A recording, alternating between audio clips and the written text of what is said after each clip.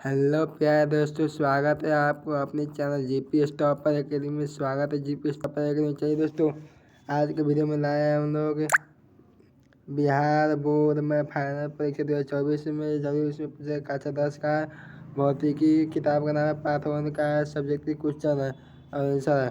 पाठ का नाम है प्रकाश के परावर्तन तथा अपवर्तन, जिसका चलिए सब्जेक्ट के पढ़े बढ़ते हैं। क्वेश्चन एक नंबर, क्रांति कोण किसे कहते हैं?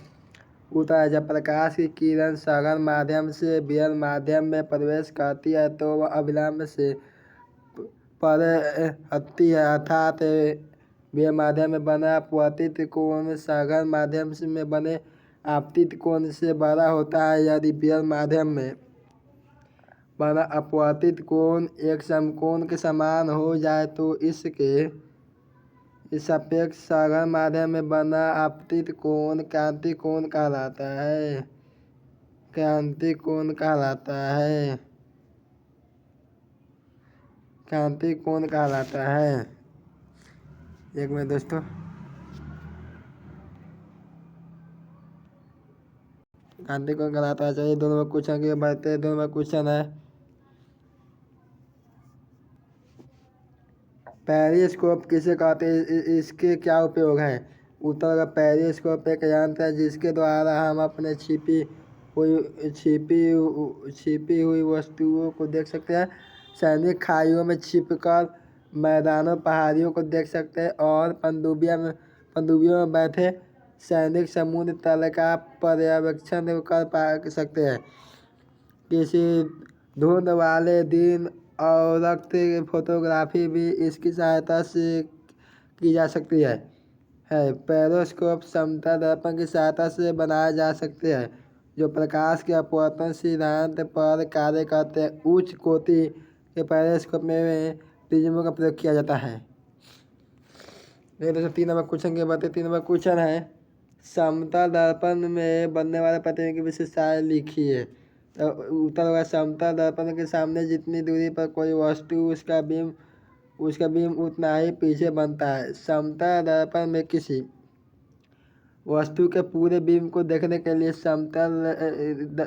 दर्पण का आकार में उससे आधा होना आवश्यक होता है। दोस्तों 4 नंबर क्वेश्चन के बढ़ते हैं। चलिए 4 नंबर क्वेश्चन, अवतल दर्पण के उपयोग लिखिए। तो अवतल दर्पण के निम्न उपयोग है। एक नंबर, बड़े आकार के अवतल दर्पणों का प्रयोग और ऊर्जा के लिए किया जाता है। 2 नंबर, इनके प्रयोग वाहनों की हेडलाइट लैंपों, सेटेलाइट टॉर्च आदि बनाने में किया जाता है। 3 नंबर, शेविंग दर्पणों को बनाने में इनका प्रयोग किया जाता है।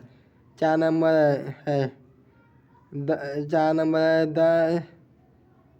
नंबर, दंत चिकित्सा तथा विशेषज्ञ रोगी का परीक्षण करने के लिए किया जाता है। अब चाहिए दोस्तों 5 नंबर क्वेश्चन के बढ़ते हैं। 5 नंबर क्वेश्चन है, प्रकाश का परावर्तन क्या है? इसके नियमों को लिखे। तो इसका उत्तर, प्रकाश परावर्तन के 2 नियम होते हैं, आपतित किरण अपवर्तित किरण तथा आपतन बिंदु पर अविलंब तीनों एक संतुलन में होते हैं। जब एक ही रंग के प्रकाश की किरण किन्हीं 2 माध्यमों के सीमा तल पर तिरछी आपतित होती है तो आपतन कोण I की ज्या तथा अपवर्तन कोण R की ज्या का अनुपात एक ही नियतांक होता है। इस नियम को स्नेल का नियम भी कहते हैं। चलिए दोस्तों 6 नंबर क्वेश्चन के बढ़ते हैं। 6 नंबर, समतल दर्पण द्वारा उत्पन्न आवर्धन +1 है तो इसका क्या अर्थ है? उत्तर, एक समतल दर्पण द्वारा उत्पन्न आवर्धन +1 होने का अर्थ है कि समतल दर्पण के द्वारा जिस वस्तु का प्रतिबिंब बन रहा है उस वस्तु का साइज दर्पण द्वारा बनाए गए प्रतिबिंब के साइज के बराबर धनात्मक चिन्ह यह दर्शाता है कि प्रतिबिंब सीधा तथा आभासी है। 7 नंबर क्वेश्चन की बढ़ते हैं। 7 नंबर क्वेश्चन बहुत ईजी है। उत्तल लेंस के 2 उपयोग लिखे। उत्तल लेंस के 2 उपयोग इस प्रकार है। 1 नंबर, नेत्र से दूर दृष्टि को सुधारने में। 2 नंबर, छपाई के छोटे छोटे अक्षरों के पढ़ने में होता है। 8 नंबर क्वेश्चन के बढ़ते हैं। प्रकाश का परावर्तन किसे कहते हैं, इसके नियमों को लिखे। तब उत्तर, जब प्रकाश किसी पॉलिश की हुई या चमकदार सतह पर पड़ता है तो यह एक सुनिश्चित दिशा में विस्तृत होता है।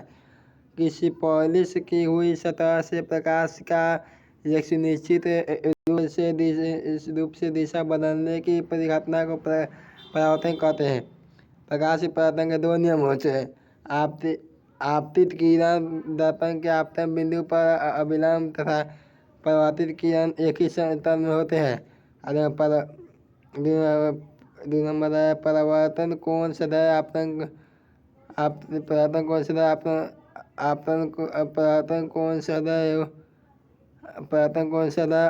कोण के बराबर होता है। नंबर क्वेश्चन की बात है। इसी तरह हाल ही हमको करना है कि बहुत ज़्यादा क्वेश्चन है। दिए गए उत्तल लेंस, अवतल लेंस एवं कांच की एक वृत्ताकार पट्टिका के सतहों को छुए बिना उनकी पहचान कैसे करेंगे। उत्तर है उत्तल लेंस, अवतल लेंस तथा कांच की पट्टिका को मुद्रित अक्षरों के ऊपर रख कर उठाने से यदि अक्षर का आकार बढ़ता हुआ दिखाई दे तो वह उत्तल लेंस होगा, और यदि अक्षरों का आकार छोटा दिखाई दे तो वह अवतल लेंस होगा। और यदि अक्षरों का आकार समान है तो वह कांच की वृत्ताकार पट्टिका होगी। 10वां क्वेश्चन की बात है। जितना आप लोग ऐसे वीडियो करें जो मेरे बच्चों चैनल को आप लोग चैनल को लाइक करें, शेयर करें, और जो भी बच्चों इस चैनल को सब्सक्राइब नहीं किए सब्सक्राइब करें, क्योंकि ऐसे वीडियो आपको बहुत जरूरी है क्लास 10 के लिए। 10वां क्वेश्चन, हमें वाहनों में उत्तल दर्पण को प्रश्नदर्शी दर्पण के रूप में वरीयता क्यों देते हैं।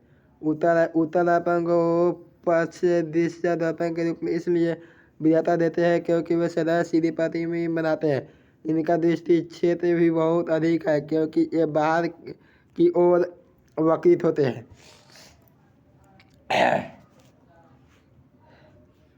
11 नंबर क्वेश्चन है दोस्तों, उत्तल लेंस को अभिसारी लेंस क्यों कहा था। ये एक क्वेश्चन है ना, आप लोग इसको MVVI कर लीजिए, परीक्षा में जरूर आएगा।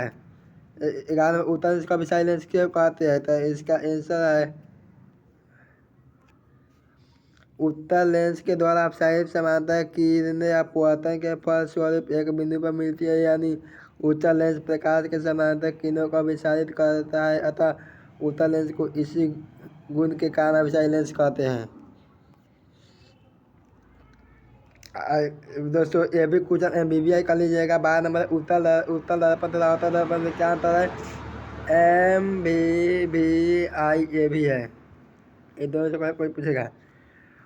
इसका अंतर यही है कि आप लोगों को लिखना है कि उत्तल दर्पण तथा अवतल दर्पण निम्नलिखित अवतल दर्पण में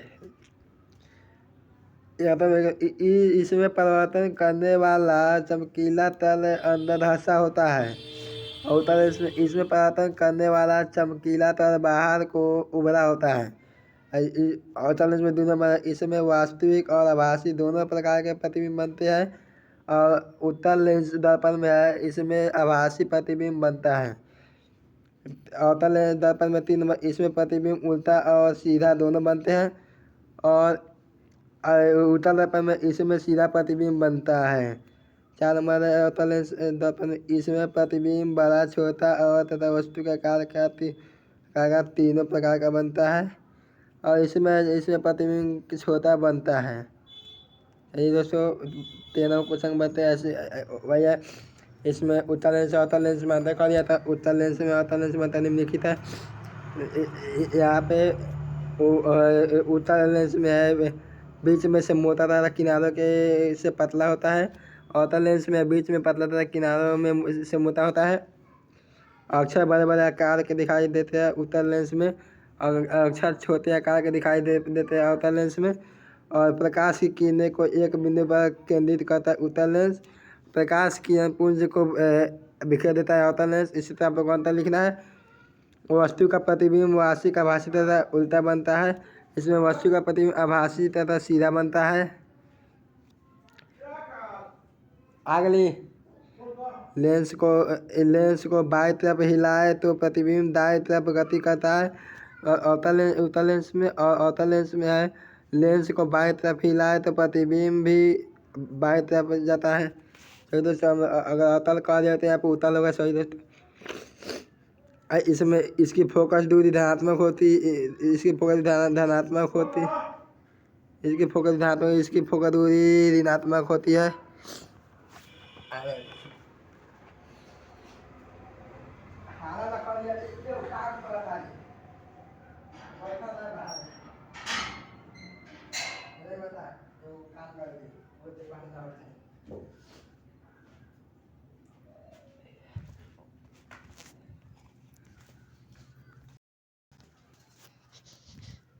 सही दोस्तों, बढ़ते हैं चौथा नंबर क्वेश्चन की उम्मीद करते हैं आप लोग समझ रहे होंगे। चौथे नंबर क्वेश्चन है, चौथे नंबर क्वेश्चन है वास्तविक तथा आभासी प्रतिबिंब में क्या अंतर क्या है। आंसर यहाँ पे लिख लीजिएगा। वास्तविक तथा आभासी प्रतिबिंब में अंतर निम्नलिखित है। एक नंबर, वास्तविक प्रतिबिंब को पर्दे पर प्राप्त किया जा सकता है, आभासी प्रतिबिंब को पर्दे पर प्राप्त नहीं किया जा सकता है। वास्तविक प्रतिबिंब सदैव उल्टे होते हैं, आभासी प्रतिबिंब सदैव सीधे होते हैं। वास्तविक प्रतिबिंब दर्पण के आगे बनता है, आभासी प्रतिबिंब दर्पण के पीछे बनता है। इसी तरह 15 नंबर क्वेश्चन है, प्रकाश का परावर्तन किसे कहते हैं, इनके नियमों को लिखा। सही दोस्तों, ये आपका क्वेश्चन 2 नंबर आ गया है।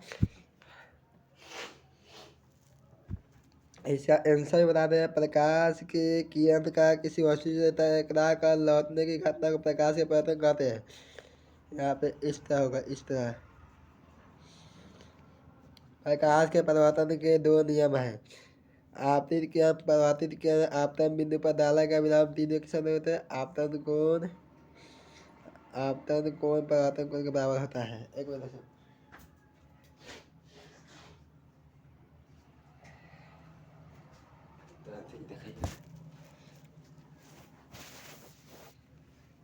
अच्छा जी दोस्तों, 16 नंबर क्वेश्चन की बात है। 16 नंबर से पहले के क्वेश्चन है, आपतित किरण किसे कहते हैं। किसी दर्पण से आकर टकराने वाली किरण को आपतित किरण कहते हैं। परावर्तित किरण किसे कहते हैं, दर्पण पर टकराने के बाद लौटने वाली प्रकाशित किरण को परावर्तित किरण कहते हैं। अभिलंब किसे कहते हैं, जिस बिंदु पर आपतित किरण तथा परावर्तित किरण मिलती है उसी बिंदु पर खींचा गया लंब अभिलंब कहलाता है। और यह आपतन कोण किसे कहते हैं। आपतित किरण तथा अभिलंब के बीच बने कोण को आपतन कोण कहते हैं। परावर्तन कोण किसे कहते हैं, परावर्तित किरण तथा अभिलंब के बीच बने कोण को परावर्तन कोण कहते हैं। चलिए 16 नंबर क्वेश्चन की बात है, प्रकाश का प्रकीर्णन सब क्या समझते हैं। तो उत्तर है, जब प्रकाश किसी ऐसे माध्यम से गुजरते हैं जिसमें धूल तथा अन्य पदार्थों के अत्यंत सूक्ष्म कण होते हैं तो इसके द्वारा प्रकाश की सभी दिशाओं में प्रसारित हो जाता है। इसे प्रकाश का प्रकीर्णन कहते हैं। सूर्य के प्रकाश के प्रकीर्णन के कारण ही आकाश का रंग नीला दिखाई पड़ता है। 7 नंबर क्वेश्चन है दोस्तों,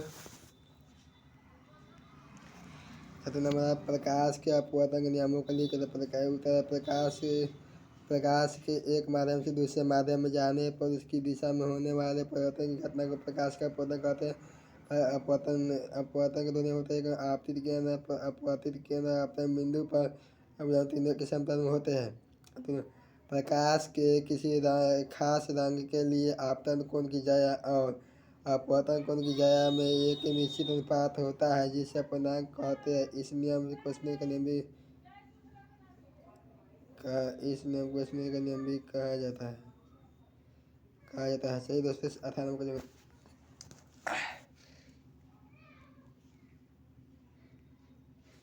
क्वेश्चन है, अपवर्तनांक को परिभाषित करें। हीरे का अपवर्तनांक 2.4 है, इस कथन का क्या अभिप्राय है। उत्तर, अपवर्तनांक किसी माध्यम में अपवर्तनांक की परिभाषा निर्वात में प्रकाश और इस माध्यम में प्रकाश की चाल के अनुपात में निरूपित की गई है। हवा में प्रकाश के वेग की अपेक्षा हीरे में प्रकाश के वेग कम होगा, अतः हवा से चलने वाली प्रकाश की किरण हीरा में प्रवेश करने पर अभिलंब की ओर झुक जाएगी। हीरे का अपवर्तनांक बराबर हवा में प्रकाश का वेग बटा हिरण प्रकाश का वेग तो हिरण का पन्ना 2.4 होता है। और हवा में प्रकाश से 4 होता है, 3 × 10⁸ होता है भी। अभी बराबर 3.3 × 10⁻², 3 2.42।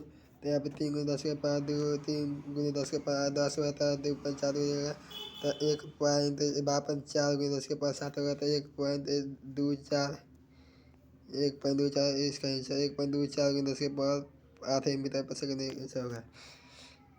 19 समय सामान्य नेत्र 25 सेमी से निकट रखी वस्तु को शीशा के नहीं देख पाते हैं, पर 25 सेंटीमीटर की दूरी पर रखी वस्तु को आँख स्पष्ट रूप से देखता है, लेकिन 25 सेंटीमीटर से निकट रखी वस्तुओं का प्रतिबिंब दृश्य पटल पर स्पष्ट रूप से नहीं बनता है, तो मानव वस्तुओं को स्पष्ट रूप से नहीं देख पाती है। 20 नंबर समतल दर्पण में बना प्रतिबिंब का साइज प्रकृति कैसे होती है? समतल दर्पण में बना प्रतिबिंब के समान प्रतिबिंब का साइज होता है। प्रतिबिंब दर्पण के उतना ही पीछे बनता है जितना दूरी पर वस्तु दर्पण के सामने होता है। प्रतिबिंब काल्पनिक प्रतिबिंब बनता है। 21 नंबर क्वेश्चन है, एक समतल दर्पण में प्रतिबिंब बनाने की क्रिया रेखा दिखाई। तो दोस्तों एक क्रिया रेखा है, आप देख लीजिएगा बढ़िया से। यहाँ पे थोड़ा घबरा जाएगा, लेकिन एक क्रिया रेखा है। तो यहाँ पे चित्र में स्पष्ट है कि ए बिंदु वस्तु का भाष्य प्रतिबिंब बनाता है। ए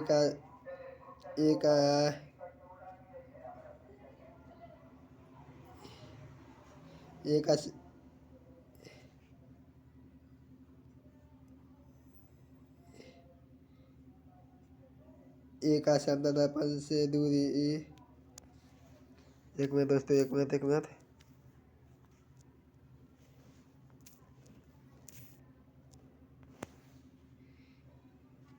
एक का समतल दर्पण से दूरी होता है।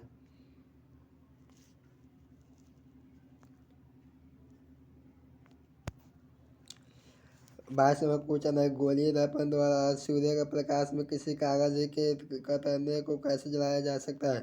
तो उत्तर गोलीय दर्पण के प्रत्यक्ष सतह को सूर्य से आने वाली किरणें के सामने रखा जाता है। सूर्य में चलने वाली समानांतर किरणें दर्पण से परावर्तित होकर फोकस पर अभिसारित होती है। अगर अवतल दर्पण के फोकस पर कागज के कतरन रख दिए जाए तो यह जल उठता है, क्योंकि समानांतर किरण एक बिंदु पर अभिसारित होती है और काफ़ी ऊष्मा उत्पन्न करती है। कागज का कतरन दर्पण के फोकस पर रखने पर जलने लगता है। 23 नंबर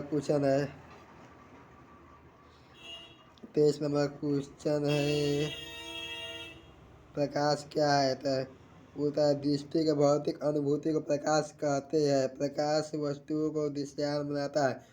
कोई वस्तु उस पर पड़ने वाले प्रकाश को परावर्तित करती है और वह परावर्तित प्रकाश हमारी आँख द्वारा ग्रहण होता है, तब हमें वस्तुओं को देखने योग्य बनाता है।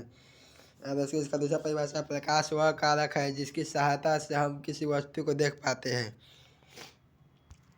24 नंबर क्वेश्चन, प्रकाशीय घनत्व क्या है? तो उत्तर प्रकाशीय घनत्व का एक निश्चित संपृक्तांक होता है। यह द्रव्यमान घनत्व के समान नहीं है। जिस माध्यम का प्रकाशीय घनत्व अधिक होता है वह सघन माध्यम है, अन्यथा वह विरल माध्यम होगा। विरल माध्यम से प्रकाश किरण सघन माध्यम में प्रवेश करती है तो यह विलंब क्रम हो जाती है, और जब सघन माध्यम से प्रकाश की किरण विरल माध्यम में अपवर्तित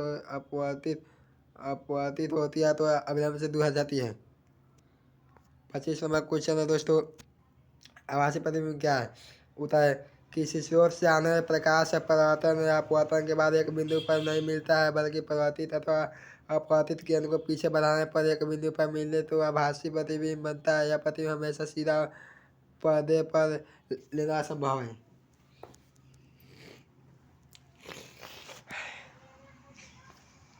26 नंबर क्वेश्चन है, वार्षिक प्रतिबिंब क्या है?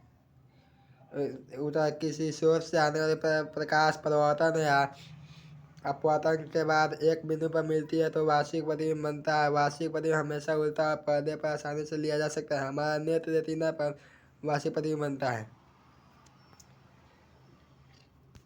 27 नंबर है, गोलीय दर्पण द्वारा परावर्तन के लिए नई कार्तीय चिन्ह परिपत्ति दर्शाइए।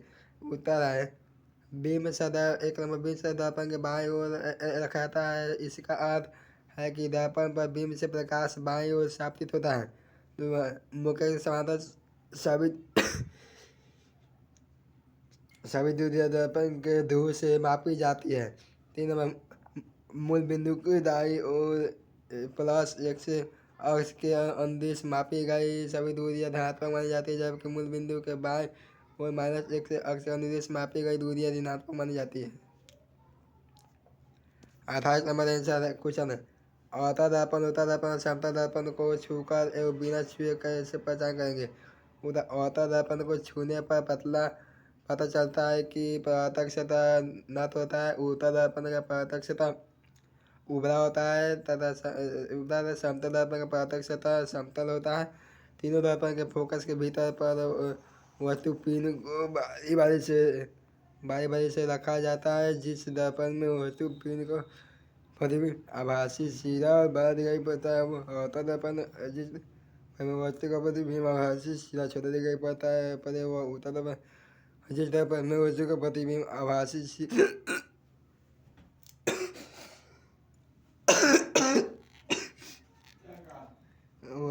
वस्तु के आकार बराबर पड़े वह समतल दर्पण है। 29 नंबर क्वेश्चन ये बताते हैं लेंस कितने प्रकार के होते हैं। तो मुख्यतः लेंस 2 प्रकार के, उत्तल और अवतल लेंस। उत्तल लेंस जो वास्तविक और आभासी दोनों प्रकार के प्रतिबिंब बनते हैं, लेकिन अवतल लेंस में आभासी प्रतिबिंब बनता है। 30 नंबर क्वेश्चन ये बताते हैं लेंस की क्षमता से क्या समझते हैं। प्रकाश किरण के अभिसरण या अपसरण करने की मात्रा को इसकी क्षमता कही जाती है। लेंस की क्षमता डायप्टर से मापी जाती है। एक डायप्टर उस लेंस की क्षमता है जिसकी फोकस दूरी 1 मीटर थी। 31 नंबर क्वेश्चन है उत्तल लेंस और अवतल लेंस में सचित्र अंतर स्पष्ट करें। अंतर है उत्तल लेंस में वास्तविक और आभासी दोनों प्रकार के प्रतिबिंब बनते हैं, लेकिन अवतल लेंस में हमेशा आभासी प्रतिबिंब बनता है। उत्तल लेंस को अभिसारी लेंस कहा जाता है, लेकिन अवतल लेंस को अभिसारी लेंस कहा जाता है। यह अवतल लेंस का फोटो, यह उत्तल लेंस का फोटो। जिसको बनाना होगा बना लीजिएगा दोस्तों। 32 नंबर क्वेश्चन लेंस में मुख्य कितने फोकस होते हैं। जैसा कि हम जानते हैं कि प्रकाश लेंस के दोनों ओर से फोकस जा सकता रहता है। यही कारण है कि प्रत्येक लेंस में 2 मुख्य फोकस होते हैं। लेंस के दोनों ओर एक एक फोकस होते हैं। 33 नंबर क्वेश्चन है कौन सा लेंस वास्तविक और आभासी दोनों प्रकार के प्रतिबिंब बनाता है। तो उत्तल लेंस वास्तविक और आभासी 2 प्रकार के प्रतिबिंब बनाता है। जब बीम फोकस के बाहर हो तो लेंस वास्तविक प्रतिबिंब, और जब बीम फोकस के भीतर हो तो आभासी प्रतिबिंब बनता है। 34 नंबर क्वेश्चन है बिना स्पर्श के उत्तल लेंस और अवतल लेंस कांच के बीच का प्लेट की पहचान कैसे की जाती है। उत्तर है दोनों तरह के लेंसों और कांच के प्लेट को बारी से अपने हाथ में पकड़ किसी पुस्तक छपे पृष्ठ के निकट लाते हैं और इनसे होकर छपे अक्षरों को देखते हैं। यदि पुस्तक के छपे अक्षर अपने वास्तविक आकार से बड़े दिखाई पड़ते हैं तो यह उत्तल लेंस है। यदि पुस्तक के छपे अक्षर अपने वास्तविक आकार से बराबर दिखाई पड़ते हैं तो यह कांच का प्लेट है। यदि पुस्तक के छपे आकार अपने वास्तविक आकार से छोटे दिखाई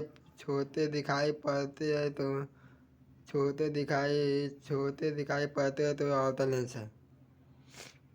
35 नंबर क्वेश्चन है सूर्यास्त के समय सूर्य रक्तचाप के प्रति सूर्य लाल के प्रति है।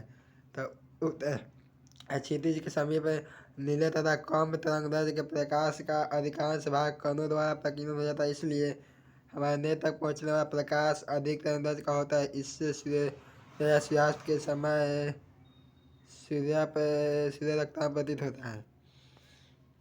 36 नंबर क्वेश्चन है अवतल लेंस को अभिसारी लेंस क्यों कहते हैं। तो अवतल लेंस के द्वारा समानांतर प्रकाश की किरणें आपतन के बाद अपवर्तित होकर आपस में फैली रहती है, यानी अवतल लेंस प्रकाश के समानांतर किरणों को अपसारित कर देता है। अवतल लेंस को इसी गुण के कारण अपसारी लेंस कहते हैं।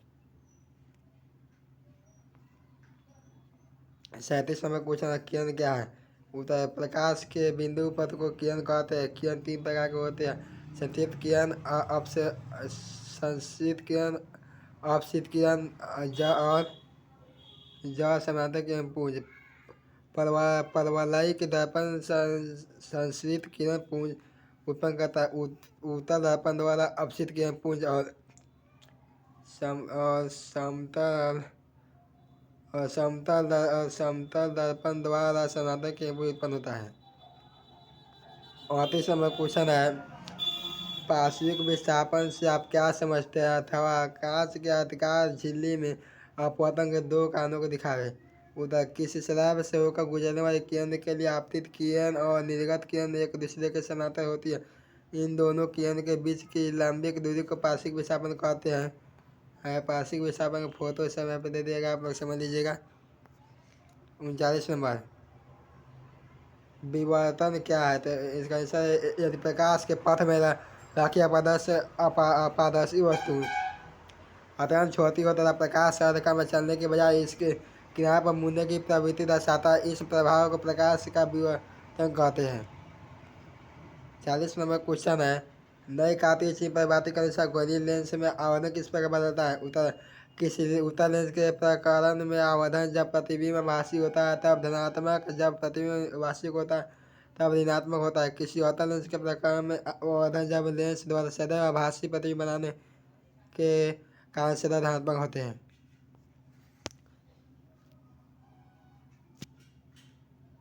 21 में कुछ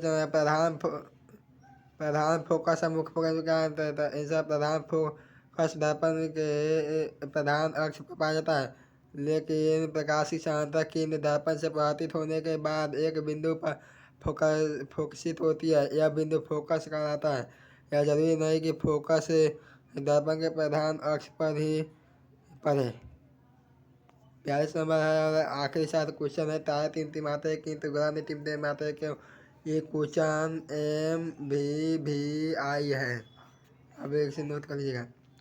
पूरा ग्रह तारों की अपेक्षा बहुत हमारे समीप पर आता है। इनमें इतना पर्याप्त प्रकाश मिलता है कि वायुमंडलीय पदार्थों के घनत्व के अस्थायित्व के प्रभाव के चलते प्राप्त किरणों की संख्या में अपेक्षाकृत कम ही कमी आती है और वे लगभग अस्थायी रूप में चमकते दिखते हैं। तारों से चलने वाले प्रकाश किरण वायुमंडल के विभिन्न घनत्वों वाले परतों से गुजरने पर किरण के पथ में विचलन होता है और तारे का प्रकाश विभिन्न